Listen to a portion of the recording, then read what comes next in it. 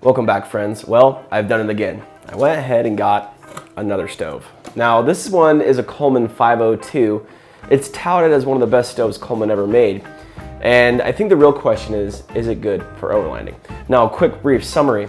I've tried white gas before, the 2-burner, like the new dual fuel one. I've tried many propane stoves. I've tried like a collapsible volcano grill thing that used propane. I've tried butane, and I always kind of come back to white gas. Most recently, our favorite stove has been the 2-burner Coleman. I think it's a 525E or something like that. Anyway, we really like it, but it's just big and bulky, and I think it's a 252. Whatever the number is, your old Coleman stove. We really like it. It's just big and bulky, so we've tried to downsize, and we did that with an MSR Dragonfly. Now, the Dragonfly is a really great stove, but it's not the stove for us when it comes to overlanding. Don't get me wrong, we do like it to some degree. It has some really good merits, but for overlanding, it just doesn't do the trick. So let's go ahead, let's take a look at the 502, and let's talk about why people, including myself, think it's a really great stove. And then we'll answer the question, is it a really good stove for overlanding? And then I'll answer my question is it a good overlanding stove for me and my wife? So let's take a look. All right, here we go, here it is. This is the Coleman 502 that I received. Now, a really cool thing, this is actually from my wife's father's collection. Unfortunately, he's no longer with us, and it was given to her and I think it's pretty cool. So we're definitely gonna keep it in the family. We're not gonna get rid of it. But we have actually been using it, and we put this thing to good use. So, besides the can, which is actually really cool, you used to be able to use this to cook out of. It's even got a little handle to grab this thing. Kind of cool. We're not gonna cook out of that. We're just gonna use it as a storage container for it. Set that aside. Okay, the 502. So, what makes this thing special? Well, what people claim is that this is the best stove because its simmering abilities. And we're gonna take a look at that and I'm gonna show you. But first, how do you identify a 502? Well, for one, they all say 502 right here. So if it doesn't say 502 there, it's most likely not a 502. But let's look at other unique identifiers while we're at it. You have your pump like normal for any white gas stove, really. Here's one thing that is unique to the 502, and it's the dual controls for your flame. So essentially what you have is an on-off valve here, and then your flame control here. And basically this has low, and then out here is high. And that's all it got, that's all it has. And honestly, it's got anywhere in between, which is pretty cool. It's got pretty decent flame control. Just, well, we'll talk about one of the cons here in a minute. Anyway, that's how you turn on and off, and the fill cap here. And that's pretty much it. That's all that makes this thing up. It's a very simple stove. Well, I guess I should talk about one more thing, and that's this great design. And it is just the coolest design Coleman ever came up with, I think. It holds pots really well. It's very stable, small pots, big pots, doesn't matter because it has this cool design. And honestly, it just, man, does it ever look cool. So, let's talk about a few things, and then we'll light it up. The biggest con that I have with this stove is the heat output. This is like 4,500 BTUs. That's very low. It's very hard to boil water, especially bigger things of water, if you're cooking for more than one person. This can be a chore. However, it does simmer extremely well. You can basically turn this thing on, put it down to a simmer, and leave it there. It will not go out. You can have wind blowing like crazy. It can be lightly raining, whatever you want, as long as rain obviously doesn't puddle inside there and extinguish the front flame. But for the most part, you can't really put this thing out. It'll just kind of keep chugging along until it runs out of fuel or runs out of pressure in the tank, which is pretty awesome. The other nice thing is it's pretty compact, size-wise. We like that. Fits right inside our vehicle very easily, and honestly, this is all we need. Really, past that, I mean, you know, there's a lot of specs that a lot of people talk about, but there's not really much to it, and I think that's the appeal. I mean, you have your generator, you have a little adjustment here, you have your on-off here. I mean, even inside here, to turn the fuel on and off, that's basically a check ball right here, and this is a needle. And when you turn this in, it just forces the check ball to close. When you open it, it allows the check ball to open. pretty simple design. If that gets dirty, you just take this out, clean it, and put it back in. One of the things that's really unique to the stoves is how fast the generator warms up. So I attribute to that to the generator right here being literally right on top of the flame. I mean, you could not get any closer if you tried. Okay, so enough talking about this thing. Let me show you how it simmers after I get a lighter, because apparently I forgot to bring one. Don't worry, found it. Here we go. Okay, I went ahead and pumped this thing up already just so you guys don't have to watch me do this right here. So we're all nice and pumped, and let's get this thing going. So I'm gonna stick the valve right about there and turn this guy. This guy only turns a quarter turn. So here we go. And we're lit. Now this is gonna take a minute for the generator to warm up and do its thing here. But what you'll notice is it's actually pretty quick. And the flame that it produces once it actually is fully warmed up is actually really, really nice. I really like it. So you can see, there it is. It's already coming to life. And we're fully warm and ready to go. That is incredibly fast. And actually, you're gonna see the flame here. I'll get you in here. Just watch that flame for a second. See it starting to recede a little bit. That's because that generator is getting nice and warm, and look at that flame. Look at that gorgeous thing.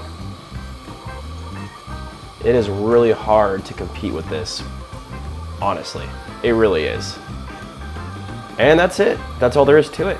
So in my previous video, I was talking about the Dragonfly, this whole light procedure you had to go with.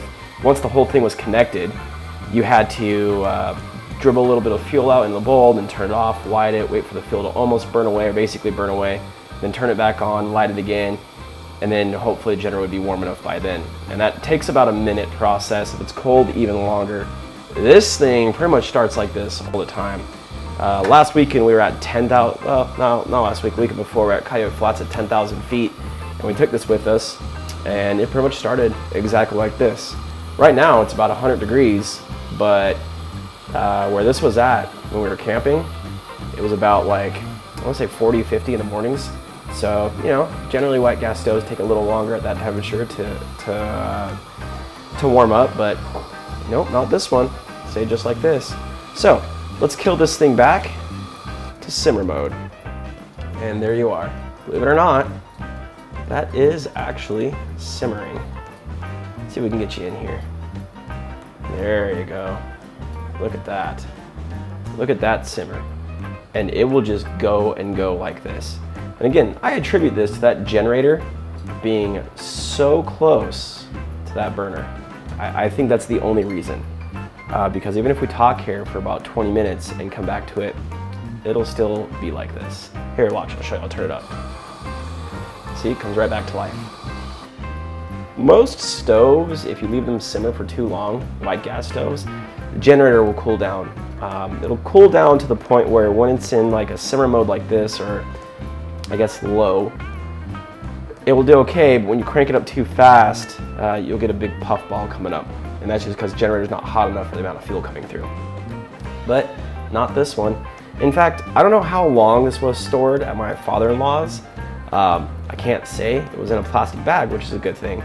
But what I know is, according to my wife, it was hardly used and was probably put away many, many years ago. So I opened it up, put some fuel in it, turned it on, and it ran exactly like this. Didn't have to do a single thing to it. Now I did go and clean it up after the fact, after I saw it lit. It lit fine and everything, but for the most part, the condition you see it in is the condition we got it in, which is super, super cool. I really love this thing. However, the biggest con with this, like I mentioned before, is in fact the amount of heat it puts out. It's just not enough, really. That's really what it comes down to. For the style of cooking that we like to do, it just doesn't have the oomph to do it, right? So like, let's say you go and boil a pot of water. You know what, I'm gonna go ahead and turn this off. It doesn't need to be on.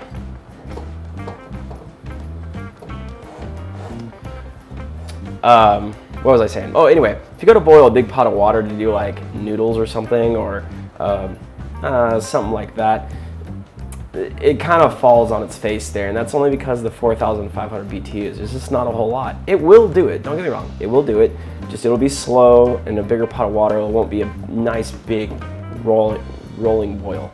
It's gonna be just kind of boiling wherever the heat is hitting it, kind of around the sides, about like that big around. It'll just kind of be around the sides, won't be in the middle, won't be on the edges of the pot.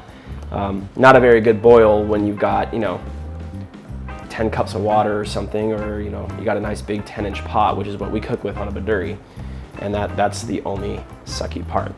Honestly, it's my only con to this thing. I really like it. Everything is really well built. I don't know, functions easy. You saw me turn it on and turn it off. It's just a really good little stove. I'm definitely going to keep it. I'm not going to get rid of it.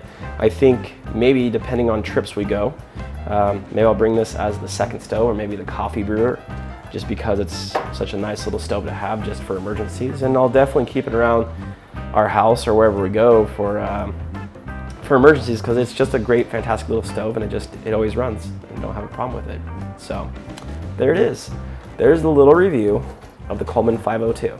Now let's talk about, is it a great Overland stove? I would say it's pretty good. I would say it's pretty good. You don't really want to burn gasoline in this model. It's really not designed for it. It can do it, but it's not going to like it very much. So white gas only for this guy. Is it as great as people say it is? Yeah, I will give that. This is one thing that it really is as good as people say it is. It simmers, and the flame control is excellent. Coleman, I wish you could get this flame control in your other stoves, or the simmering ability at least, because this thing is just fantastic. Or maybe in your newer stoves, if you ever do, I don't know if you're going to anymore, but if you ever do make a new white gas single burner, maybe revisit this design with some ideas of your 508 that has a little bit more power. And that's a hint to a video coming up about the 508, which is another version of this. But yeah, so is it a good Overland stove? Yeah, it is. Is it a great Overland stove? No, I think the power is, like I mentioned, not there. And so that's the question that I'm going to answer right now. Is it the perfect Overland stove for us? And the answer is, unfortunately, no. And it's because it doesn't have quite enough power for what we like to do. Will I still use it? Yes, I will definitely use it. It's definitely going to go on trips with me every now and then. I'm still going to play with it. I'm going to maintain it and clean it. And honestly, I'm going to keep it around just for nothing more than it's a super cool old stove that works extremely well. Okay, so there you have it. Why the Coleman 502 is a really good stove, but not the best overlanding stove. At least not for us, not my opinion. But I'm definitely going to keep it and definitely going to use it, and I'm not going to get rid of it anytime soon. It's an heirloom for me, and a fantastic one at that. So with that, guys, thank you for watching. Really appreciate it. If you like what's going on the channel, hit the subscribe button down below. Like the video if you liked it. Hit a comment below if you have any questions, comments, concerns, or want to talk about the 502. It's a pretty unique little stove, I think. Or if you have other stoves that you want me to take a look at, I will try to get my hands on them and see if I can. I'm not sponsored. I like this stuff, and so I'll buy it all on my own. And I am starting to amass a little white gas stove collection. And we'll see how happy Helen is in a little while after I keep going with this. Anyway, thank you guys for watching. I really appreciate it from the bottom of my heart. You all are amazing, and we'll see you in the next video. It's a Coleman 502. Huh? A Coleman? You know what time it is. Coleman time. Is this Coleman a good stove?